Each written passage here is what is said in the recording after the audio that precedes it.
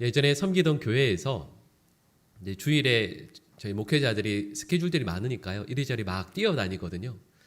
네, 그러다가 이제 교육관 건물이 있는 큰 높은 빌딩에서 그 1층과 2층 그 층고가 아주 높은데 6층까지 제가 주일마다 걸어 올라가야 했습니다. 네, 걸어 올라가다 보니까 1층에서 2층 올라가는 그 높은 계단 사이에 한 6살, 7살쯤 된 아이가 등에는 이런 가방을 메고 계단을 걸어 올라가는데 그냥 올라가지 않고 난간을 이렇게 붙들면서 이렇게 가더라고요. 제가 이렇게 옆에 가서 보면서 얼굴이 힘들어 보였어. 얘야 많이 힘드니? 했더니 걔가 저를 이렇게 쳐다보더니 목사님 삶이 고달파요. 이렇게 했었습니다. 근데 제가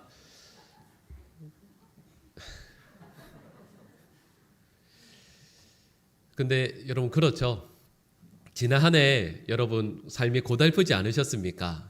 그러나 우리의 삶에 고달프고 힘든 일들은 많이 있지만 하나님께서 이 한 해 우리와 함께 하셔서 넉넉히 그리고 능히 감당하게 하실 줄 믿습니다. 여러분 저희가 그 작년 교회 표가 하나님께 가까이 함이 내게 복이라 이런 말씀이었죠. 그리고 올해는 능히 감당하는 교회 되게 하소서 이런 교회 표로 이 한 해를 달려가게 됩니다. 근데 여러분 이 작년과 올해 교회 표는 실은 연관성이 있죠.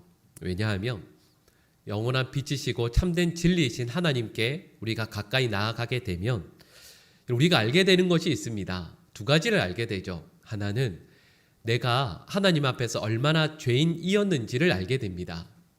빛이신 하나님께로 가까이 나아가면 나아갈수록 내가 얼마나 어두운 존재인지 나의 마음과 심령 가운데 얼마나 악한 죄들이 가득 차 있는지를 알게 되죠. 그래서 어제 저희가 특세 때 살펴보았던 말씀처럼 하나님께 가까이 나아가면 나아갈수록 나 자신에 대한 존재 고백이 달라지게 됩니다. 그래서 주님께 가까이 나아가면 갈수록 내가 죄인 중에 괴수라는 것을 진정으로 고백하게 되죠. 그리고 그와 함께 또 하나 발견하게 되는 것이 있습니다. 하나님께 가까이 나아가면 나아갈수록 나 자신의 모습도 알게 되지만 하나님께서 어떤 분이신지를 또한 알게 되지 않습니까? 그래서 하나님께서 영원한 왕이시고 홀로 한 분이신 우리의 찬송과 우리의 모든 것을 다 드려야 될 분임을 가까이에서 발견하게 되고 뵙게 되는 거죠. 그리고 그때 우리의 반응은 하나님을 향한 찬송, 찬양, 그리고 예배이지 않겠습니까? 그리고 그 예배 가운데, 찬송 가운데, 믿음 가운데 우리는 우리가 만나는 어떤 어려움이라도 능히 이겨낼 수 있는, 감당할 수 있는 새 힘을 얻게 됩니다. 그러니까 오늘 교회 표어처럼 우리가 주님께 가까이 나아가면 나아갈수록 어떤 문제라도 능히 감당하는 성도, 능히 감당하는 교회가 될 줄로 믿습니다. 여러분, 주님께 더욱더 가까이 나아가기를 게을리하지 않으시고 포기하지 않으시는 이 한 해 되시기를 축복하고요. 그래서 주님께서 주시는 새 힘과 능력으로 어떤 문제라도 능히 감당하는 사랑하는 모든 주의 백성들 되시기를 간절히 축복합니다. 오늘 저희가 읽은 이 말씀도 저희가 지난주에 읽었던 함께 나누었던 말씀과 같은 본문이죠. 지난주에 이어서 오늘은 저희가 만나게 되는 시험이라는 것이 어떤 것들인지 그리고 우리가 만나는 그 시험들 가운데에서 하나님께서 어떻게 역사하시고 우리의 삶에 개입하시는지를 말씀을 통해 함께 나누고자 합니다. 우리 본문 말씀인데요. 우리 앞부분 말씀 우리 같이 한번 읽어볼까요? 우리 화면에 나올 텐데요. 노란색으로 되어 있는 부분만 같이 읽겠습니다.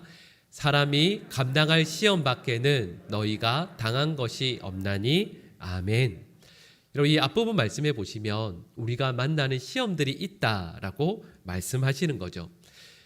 여러분 물론 그 목사님들마다 학자들마다 다르게 말씀을 할 수 있지만 성경에서 말씀하는 그 시험에는 그게 두 가지 혹은 세 가지가 있다라고 이야기합니다.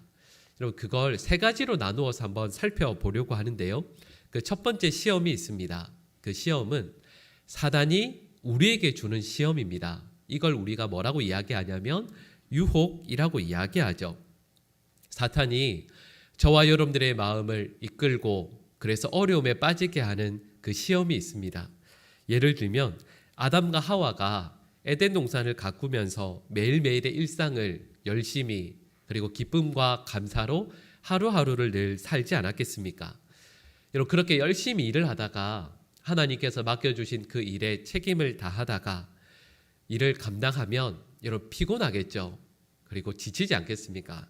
여러분 그럴 때 동산에 보시면 하나님께서 허락해 주신 각종 나무의 열매들이 있었습니다. 그걸 감사함으로 늘 먹을 수 있었죠. 먹으면서 기쁘고 너 얼마나 행복했겠습니까? 그 동산에 보면 하나님께서 물론 먹지 말라 하신 나무의 열매도 있지만 그건 하나이고요. 나머지 모든 것들을 다 허락해 주셨으니까 그것들을 먹고 또 그것들로 인해서 감사했을 것이고 먹어야 할 것과 먹지 말아야 할 것을 구분하면서 나와 함께 하시는 그 하나님을 믿고 바랄 수 있었습니다. 근데 여러분 그 아담과 하와에게 사탄이 찾아와서 유혹하게 되는 거죠. 친한 목사님 중에 한 분이 목공하시는 분이 계시거든요. 취미로 목공을 하시는데 그분께 들었던 여러 가지 말씀 중에 하나가 목공을 할 때 유용한 기술 중에 하나가 있대요. 그게 뭐냐 하면 저 같은 사람이야 나무를 봐도 잘 모르지만 목공하시는 분들은 나무를 이렇게 쭉 보면 거기에 뭐가 있냐면 아주 작은 틈이 있대요.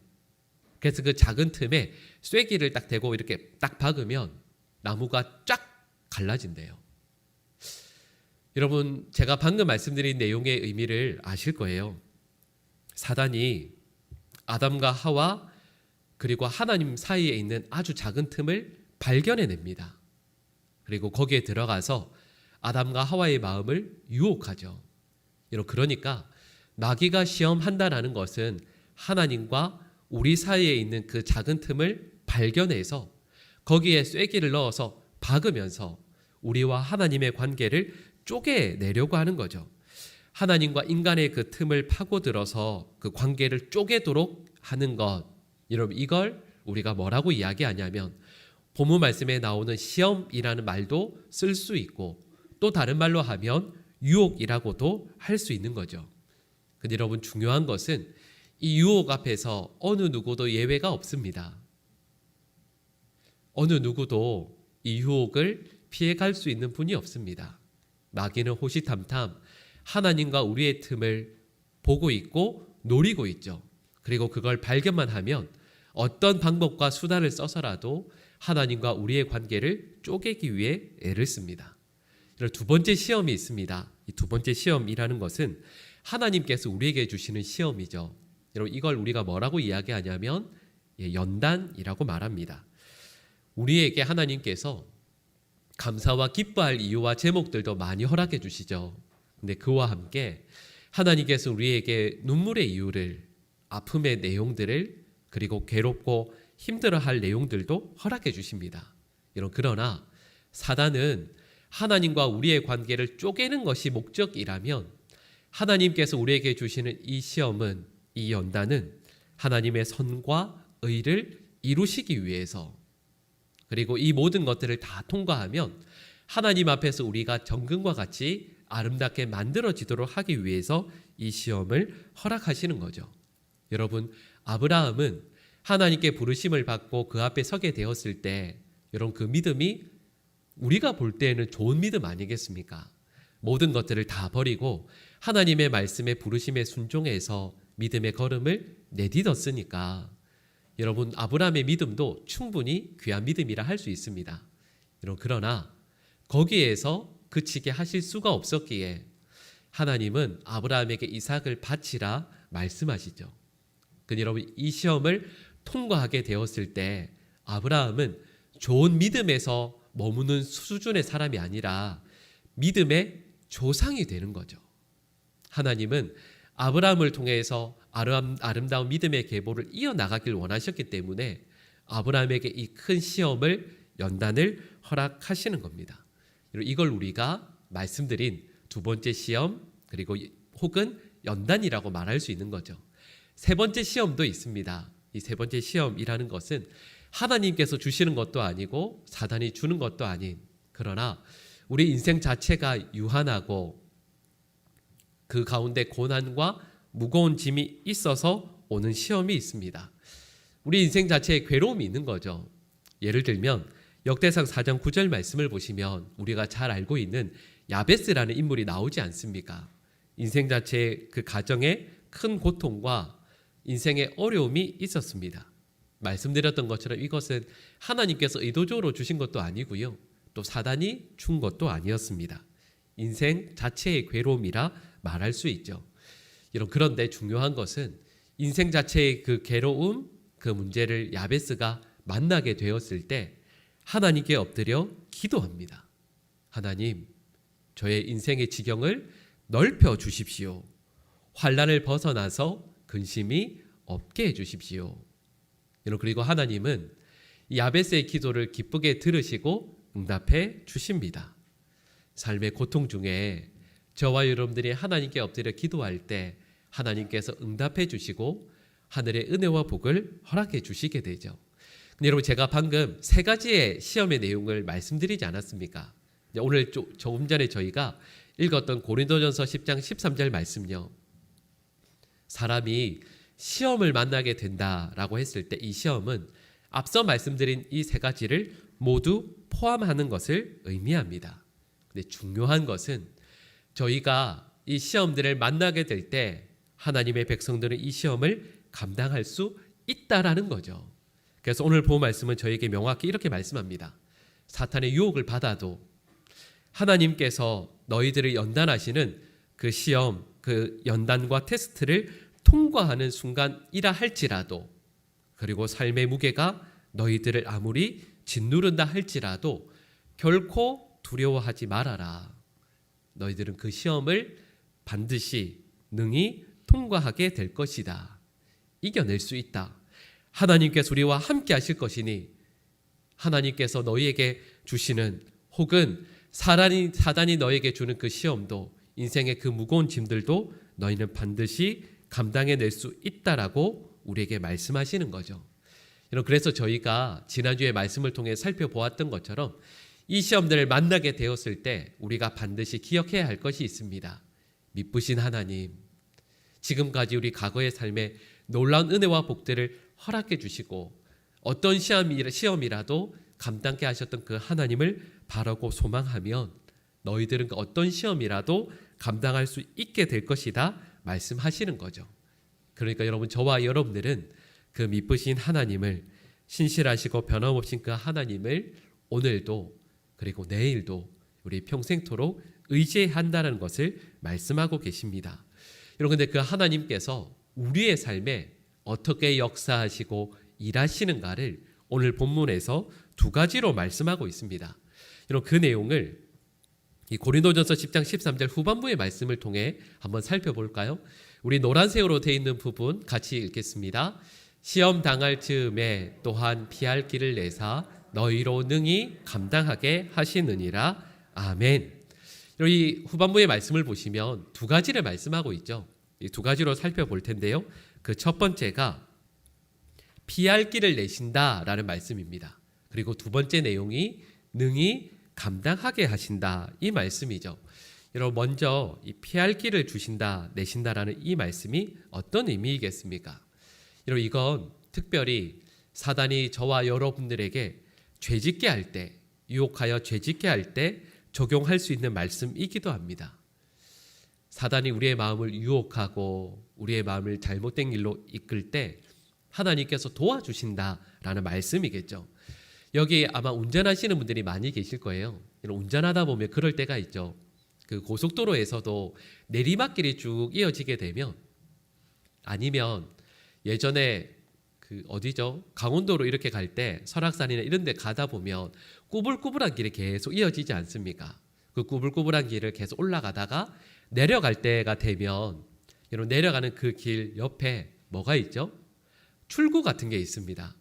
출구 같은 게 있어서 브레이크가 파열이 되면 속도를 줄일 수가 없잖아요. 근데 속도를 줄일 수 없을 때 그 도로 옆에 출구 같은 게 하나가 있어서 거기로 빠지게 되면 위로 쭉 올라가면서 그 속도를 줄일 수 있는 그런 길이 있는 거죠.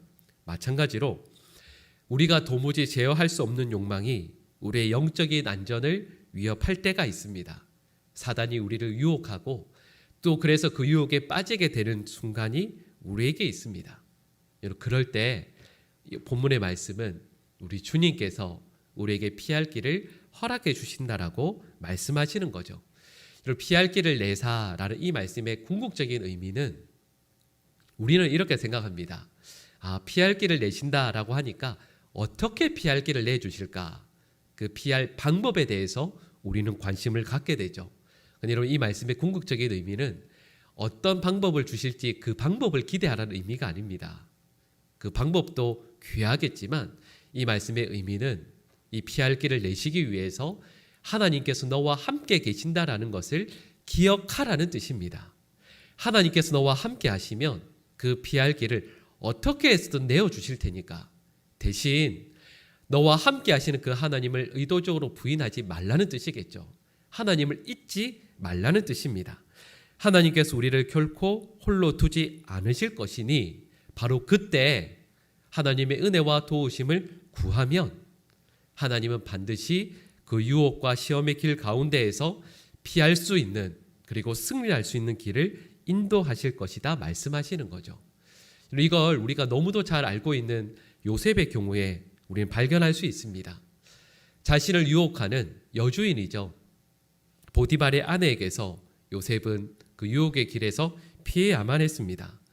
여러분, 인간적으로 생각을 해보면 어떻게 피하겠어요? 주인인데요. 이 요셉이 보디발의 아내에게서 피할 수 있는 방법은 없어 보입니다. 여러분, 어떻게 피했죠? 잡힌 옷을 벗어버리고 도망치지 않았습니까? 근데 여러분, 이건 어떻게 보면 멋진 방법은 아니죠. 여러분, 그런데 요셉이 그렇게 도망칠 수 있었던 이유가 뭐였죠? 하나님께서 지금 나를 보고 계시다라는 걸 믿었기 때문입니다. 좋은 방법을 주시도록 기도한 게 아닙니다. 요셉은 그때 단 하나, 하나님은 지금도 나와 함께 계시고 나의 모든 상황들을 다 보고 계신다라는 것을 믿었기 때문에 자기 옷을 던져버리고 도망친 거죠. 어떻게 보면 비겁해 보이고 어떻게 보면 좀 방법이 없는 것 같다. 아니, 어떻게 그냥 도망칠 수가 있는 남자가 할 수도 있겠지만 아니요. 요셉은 그때 나와 함께 계시는 하나님 앞에서 바르게 서기 위한 방법을 선택한 거죠. 여러분, 우리가 꼭 기억해야 할 것이 있습니다. 어려움들을 만나게 되었을 때, 특별히 사단의 유혹을 만나게 되었을 때 하나님께서 우리와 함께 계신다는 것을 분명히 믿고 고백하게 되면 하나님께서 나와 함께 계시고 모든 것들을 보고 계신다는 것을 분명히 고백하면 여러분, 실은 우리가 어떻게 해야 할지도 아는 경우가 훨씬 많은 거죠.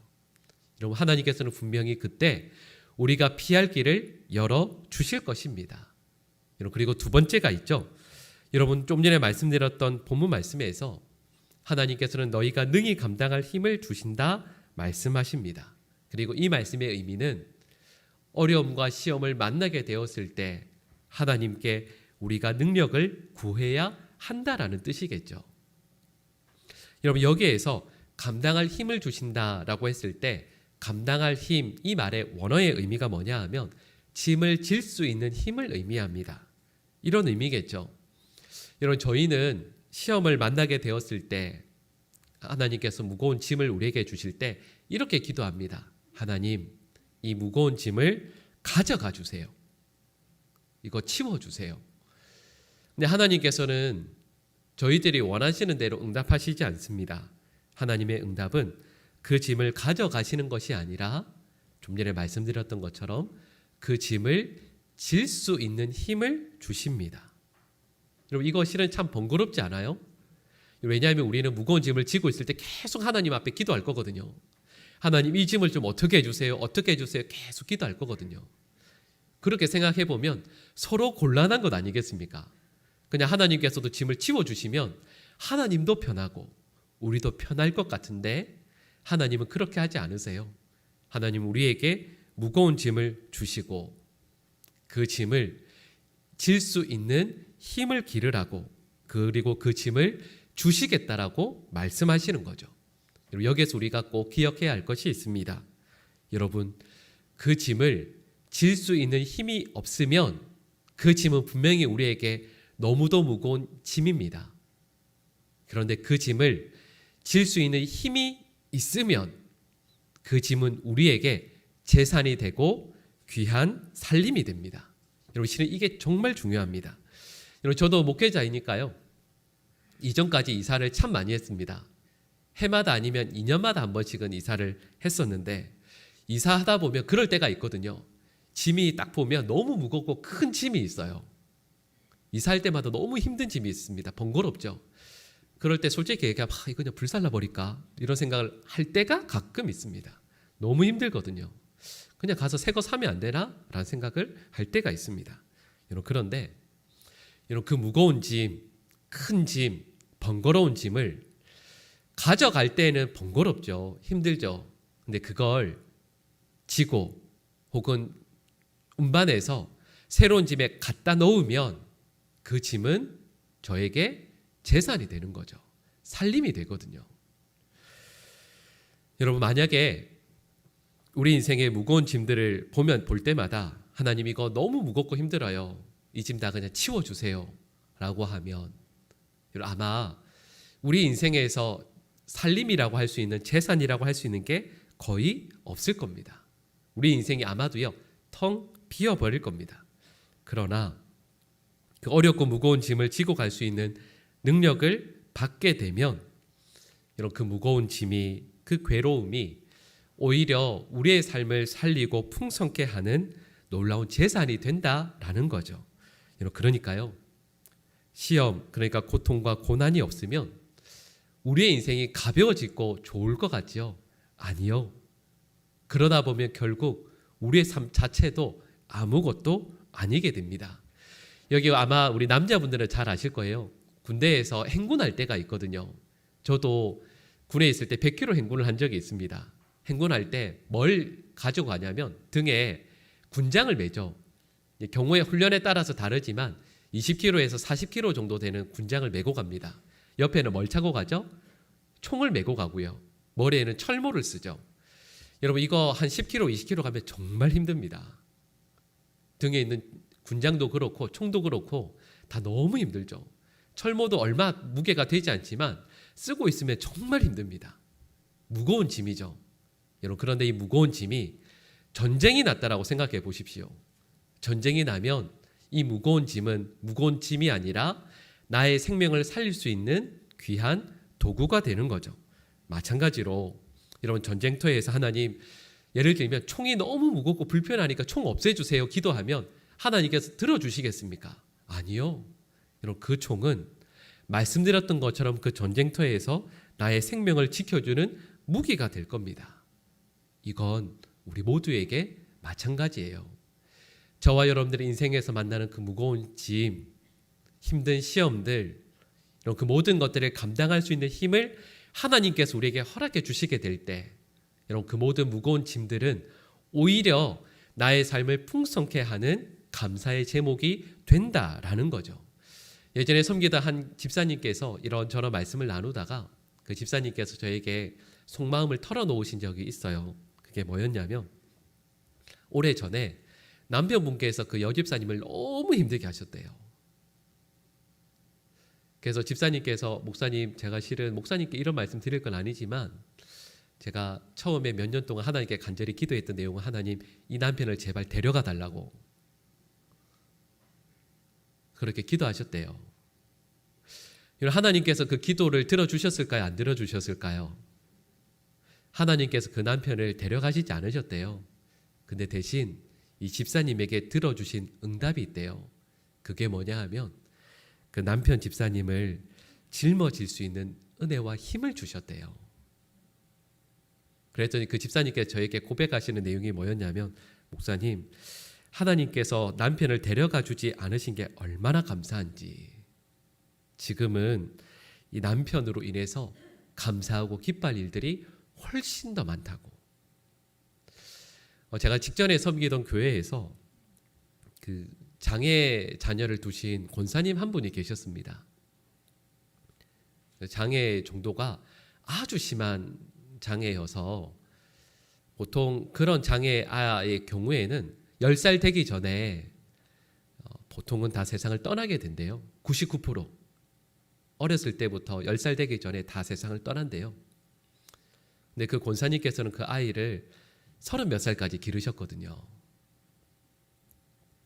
근데 제가 그 가정을 위해서 늘 기도하다가 직접 뵙게 되었던 것이 그 자녀가 그 침상에서 떨어져서 다리뼈가 다 박살이 나서 다 부러져서 제가 서울대병원 응급실에 갑자기 가게 됐습니다. 직접 그 자녀를 보고 또 기도를 하는데 마음이 얼마나 아픈지요. 네, 그리고 나서 서울대병원 응급실에서 나와서 그 부모님과 잠깐 말씀을 나누는데 제가 권사님께 이런저런 이야기를 나누다가 권사님께서 그런 말씀을 하시더라고요. 목사님, 제가 처음에는 하나님께서 오늘이라도 이 자녀로 인한 짐을 오늘이라도 벗겨주시면 하나님께서 데려가 주시면 좋겠습니다라는 기도를 처음에 하셨었대요.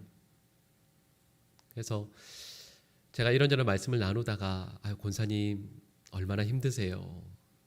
얼마나 괴로우세요? 근데 이 권사님께서 저에게 이런 말씀을 하시더라고요. 제가 잊을 수가 없어요. 목사님, 처음에는 그랬는데 그 다음부터 제가 이런 기도를 드린 적이 한 번도 없어요. 아이가 저에게는 이제는 짐이 아니라 하나님께서 저에게 주신 날개랍니다. 왜냐하면 이 아이 때문에 하루에 10번도 더 기도해야 되고 하루에 수백 번, 수천 번 하나님을 바라봐야 된대요. 이 아이가 없었다면 나의 인생을 진짜 내 마음대로 살았을 텐데 이 아이 때문에 하나님께 기도하고 엎드리고 눈물로 간구하다 보니까 이 아이는 저에게 짐이 아니라 하나님께 가까이 나아갈 수 있도록 도와주는 하나님께서 저에게 주신 날개입니다. 이렇게 말씀해 주셨어요. 여러분, 그렇죠. 우리 인생에 삶에서 만나게 되는 여러 시험과 어려움들이 있습니다. 여러분, 하나님께서는 그 시험을 우리들의 인생에서 우리 교회에서도요, 그 문제를 치워버리진 않으실 거예요. 근데 대신 그 시험을, 그 어려움을 감당할 수 있는 힘을 주실 겁니다. 여러분, 그리고 어려움들을 만나게 되었을 때, 그 시험을 통과할 때 말씀드렸던 것처럼 하나님, 이 시험을 감당할 수 있는 힘을 허락해 주십시오. 힘을 주시고 능력을 주시고 하나님 앞에 더 가까이 나아가는 하나님의 백성이 되게 해주셔서 지금 이 무거운 짐이, 이 무거운 시험이 오히려 하나님 앞에 가까이 나아갈 수 있도록 돕는 날개가, 귀한 걸음이 되게 해주십시오. 여러분, 그렇게 하면 여러분, 저는 확신합니다. 우리 모든 성도들도 또 우리 교회도 어떤 시험이라도 능히 감당하는 하나님의 백성, 그리고 우리 귀한 보강중앙교회 될 줄로 믿습니다. 어떤 시험을 만난다 할지라도요, 여러분, 이 시험 앞에서 도망쳐버리는 인생이 아니라 그 시험을 능히 감당할 수 있도록 도우시고 함께 하시는 하나님을 의지해서 이 한 해를 멋있게 살아가는 우리 사랑하는 모든 주의 백성들 되시기를 간절히 축복합니다. 기도하겠습니다. 사랑의 하나님, 어떤 시험 만난다 할지라도 이 시험을 통하여 하나님 앞에 가까이 나아가는, 날개로 만들어 나가는 주의 백성들 되게 하여 주시옵소서. 신실하신 하나님 바라고 소망하며 찾고 구하는 이 복된 한 해 되게 하여 주시고, 하나님 또한 우리 교회도, 이 보강중앙교회도 많은 일들과 어려움들이 앞에 예상되어지지만 하나님, 우리의 하나님을 바라고 소망하고 의지하며 능히 감당하는 우리 교회 되게 하여 주시옵소서. 이 모든 간구를 예수님의 이름으로 기도드립니다. 아멘.